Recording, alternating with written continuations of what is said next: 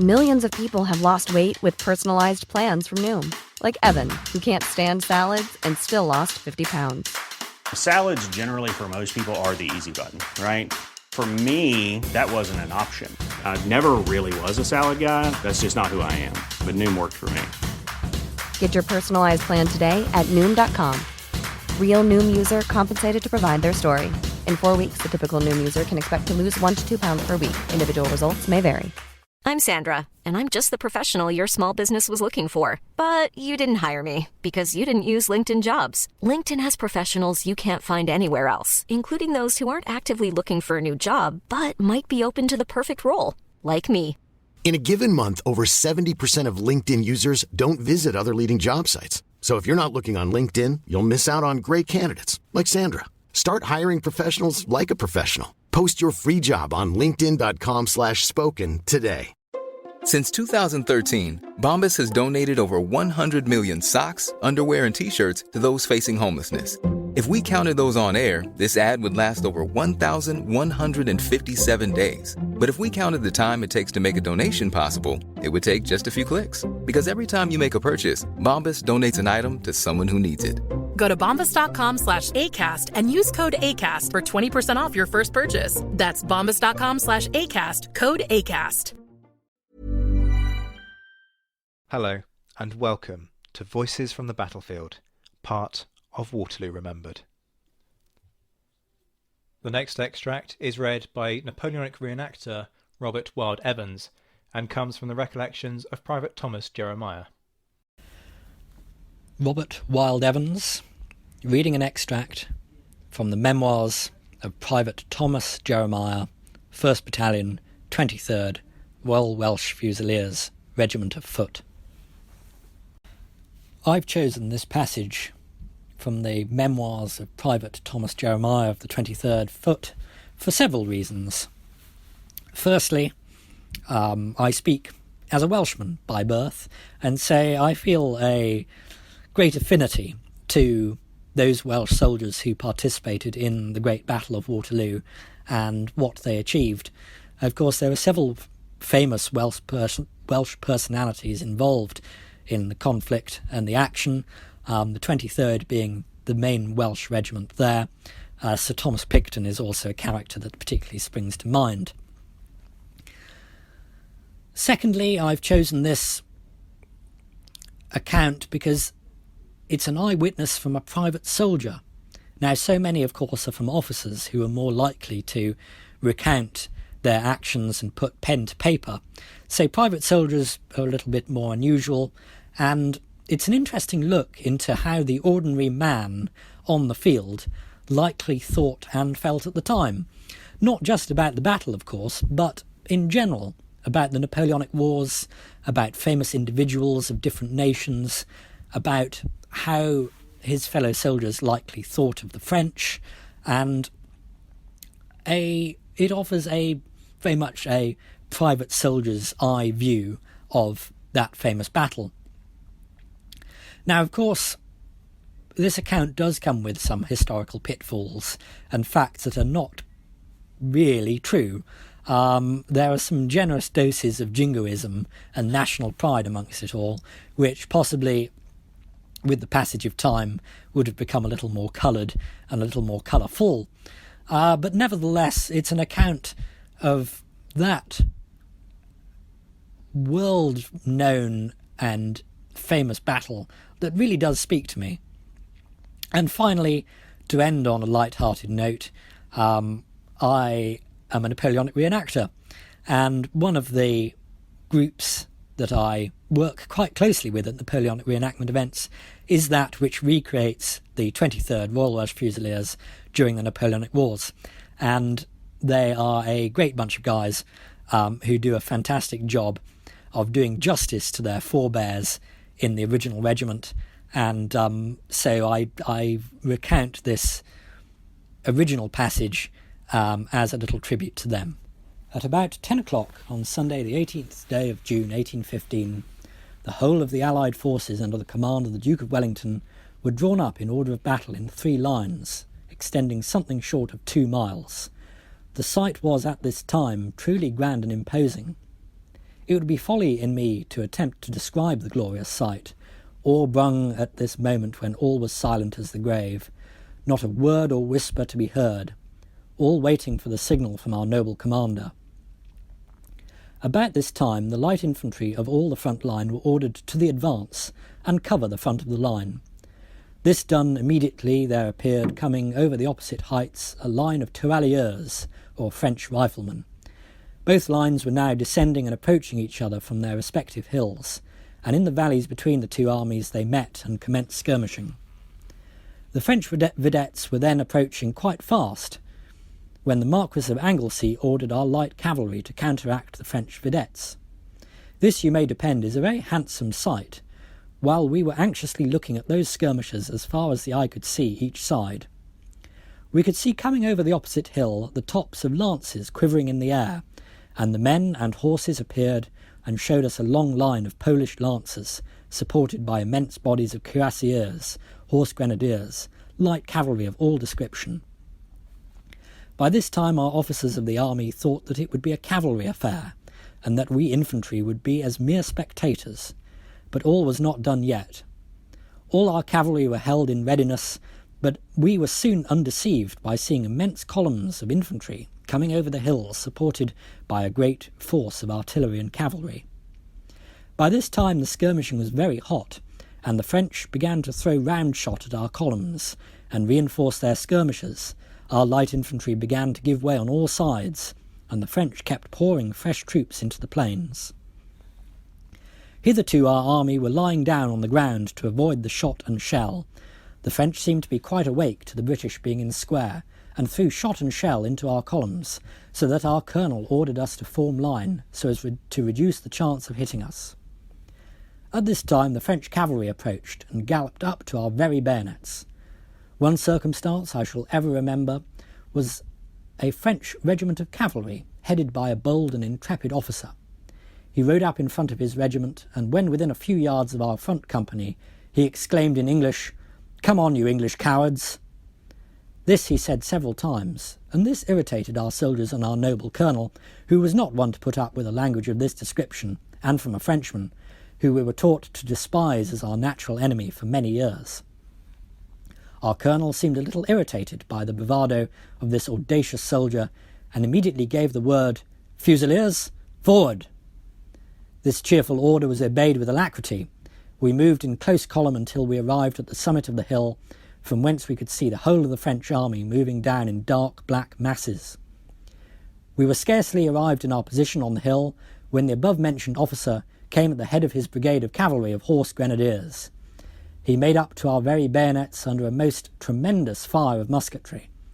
At the same time they drove in the 23rd Light Dragoons in some confusion on the second line.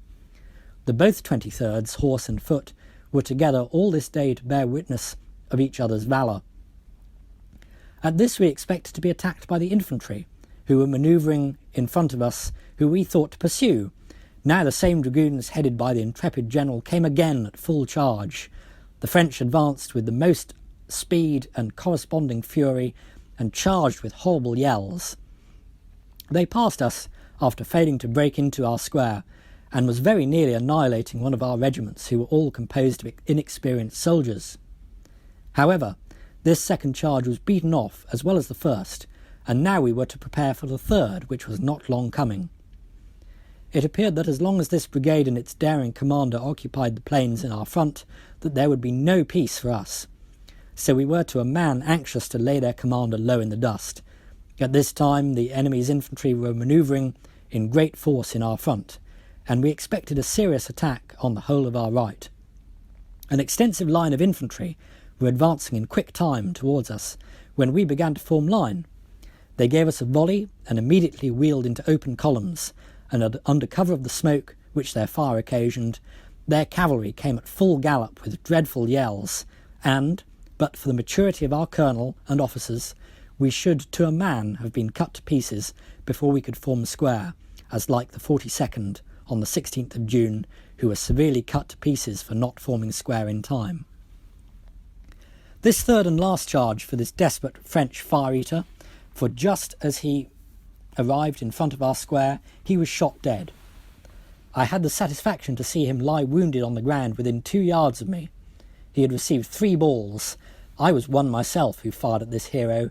For a hero indeed he proved himself, and had the whole of the French generals and bands being so determined on conquest and victory as he was, I question to think, with some justice, whether the House of Hanover or a Corsican would hold the reign of government in Old England. With this man's fall fell likewise the courage of his soldiers, who, though they charged, they were less audacious, and formerly, in front, they showed themselves twice more after death of their brave commander. This brigade was relieved by a body of cuirassiers, who annoyed us very much during the remainder of the day. The first effort of the French was on our right, to force the passage to Brussels, but after repeated charges and displaying the most desperate valour, they were met with equal courage and bravery by the British, who baffled all their exertions. When they found their attempts failed on the left, they made a desperate attack on our left, with immense forces and with such fury that it appeared that nothing short of victory would satisfy their desperate courage. Several of our regiments staggered by this dreadful onset of the French, led on by the celebrated French General Lobau. Victory seemed more than once to have appeared at the French standards. Where she had late so gay remained glorious, in spite of the united efforts of Russia, Austria, Prussia, Italy, Holland, Belgium, Switzerland and Sweden, for more than 15 years, and for the first time the fickle goddess seemed to tremble in the scales, and seemed willing to decide with the sons of the ocean, in spite of the determined valour of the British, to repulse the French, who forced themselves headlong over a hedge that the English had made use of for a covering, and drove the whole of our left wing at the point of the bayonet. The eagle eye of our commander saw the critical condition of our left wing, and not only ordered the whole of the reserve to advance to support their comrades. The whole of the reserve marched in close columns of divisions within half a mile of us. These were headed by one of our best generals, who, when all was ready, rode on his horse in the front rank, his hat in his hand, and gave the word "forward" in treble quick. This indeed was the grandest sight I ever saw from the hill where we stood, gazing at the havoc the French were making among our left wing. We turned our heads towards the valleys, where we beheld 16,000 men coming up in double quick and the charging steps. When they came to about 40 yards of the French, they opened a most tremendous fire, which staggered the French in their turn. It would require a better penman than me to describe this melee. The British saw that it was no use to waste their ammunition and time on them, and they had recourse to the never-failing weapon in the British soldier's hand, the bayonet. When we came to measure steel with them, they faced about, the French not yet dismayed that they brought up deep masses of French troops. But at this critical moment Sir Thomas Picton came up next his fighting 2nd Division, and threw the front line of the enemy upon the 2nd. And at this moment, the British cavalry under Sir William Ponsonby seized the favourable moment of confusion among the enemy, and thundered among the enemy, and cut them to pieces, and they became an inexorable confusion. At this moment, when victory was completely wrested from the French, a large body of French cavalry came to check the retreat of their beaten comrades. Sir William Ponsonby, leading his cavalry, was speared by a Polish lancer through the body, and England, while victory smiled on her banners as she met a great reverse by the loss of the bravest and best generals, Sir Thomas Picton, a man whose worth is too well known to make any comment on his character. A general of a soldier, he was our commander, right-hand man and the talisman of the army before him. The French, finding their utmost efforts baffled on the left, determined another attack on our right. Deep masses of combined horse and foot and artillery were seen manoeuvring down towards Hougoumont. This great force was headed by Count Reille. They amounted to upwards of 36,000 men, who were determined to force their passage to Brussels. This attack was made with the most determined bravery and repulsed with equal courage, but a dreadful expenditure of human life. The attack on Hougoumont is too well described by Sir Walter Scott and others for me to attempt it. The flanks of this sweeping charge reached our regiment. The dreadful onset so beautifully described by one of our poets, from roaring guns, the bellowing flames, whose throats of brass the works of death proclaimed, from bursting shells that excavate the ground, and like hurling thunder spread destruction around. And on the heights along our right, at large the trembling earth announced their coming charge, before the sword, plied by the cuirassiers or Uhlans' lance, whole thousands disappear. From mangled heaps the soaking blood distills, and down the slope runs thick in crimson rills, where the fields of verdant tincture were, now groans with death and floats a sea of gore. But on the heights along our right, at large the trembling earth announced the coming charge, their steel-clad troops, resistless in their coarse destruction, spread with more than mortal lance in vain. Our guns their advancing columns tear, and vomit death on each approaching square. In vain their ranks are by our sabres hewed, in vain the ground is with their blood imbued, as when a torrent with resistless sway down some high mount precipitates its way. Nor trees nor rocks its flawless force oppose, each still moving foaming to the valley's floor, so rushed the French o'er their companions dead. Our light troops routed and desolation spread. As I said, that the flank of the columns of attack reached our regiment, whose iron ranks stood so firm, as although they might kill us, they could never rout us. As this trying moment our brave colonel told us to be steady and wait well for his word of command, and which was strictly obeyed until they were within 30 or 40 paces of us, when we opened a most destructive fire, which straggled their advancing columns.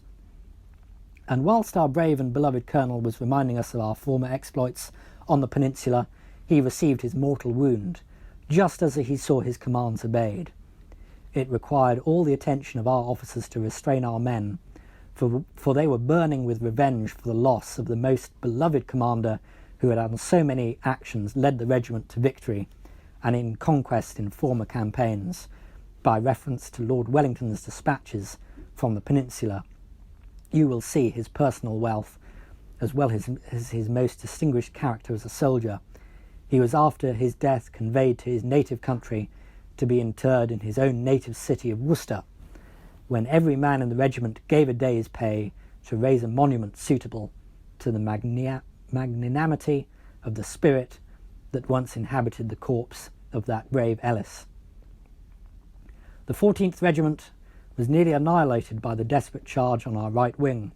However, this confusion was only momentary, for they immediately rallied into regular formation under a most murderous fire, which made a considerable havoc amongst them, but stimulated by the fine example of the Welsh Fusiliers, they resumed their position in the line from whence they were so nearly routed. At this critical juncture, the attention of our brave Wellington was directed to our right wing, which was all but destroyed by those chosen cohorts of the French Imperial Guard, and led on by their most distinguished generals, whose names have been a terror to all Europe for more than 15 years, and whose ability and bravery in the field was inferior to none, their master, Napoleon alone excepted. However, notwithstanding their invincibility, they found for the first time their victorious career put to a stop by the almost matchless and commensurate ability of our commander, and the able assistance of his brave officers, together with the native courage of his soldiers, which rendered that day so famous in history, that the determined bravery and courage that was displayed on that day will serve as a stimulus to encourage the youths of Old England to follow the example of those who conquered the invincible legions of France on the savage and far-famed field of Waterloo. That was Napoleonic reenactor Robert Wilde Evans reading from the recollections of Private Thomas Jeremiah. Stay tuned to the Napoleonicist, where more instalments of the Voices from the Battlefield series will be released throughout the day. Planning for your next trip? Elevate your travel style with Quince. Quince has all the jet-setting essentials you'll want for your next getaway, like European linen, premium luggage options, buttery soft Italian leather bags, and so much more. And it's all priced at 50 to 80% less than similar brands. Plus, Quince only works with factories that use safe and ethical manufacturing practices. Pack your bags with high-quality essentials you'll be wearing for vacations to come with Quince. Go to quince.com/trip for free shipping and 365-day returns.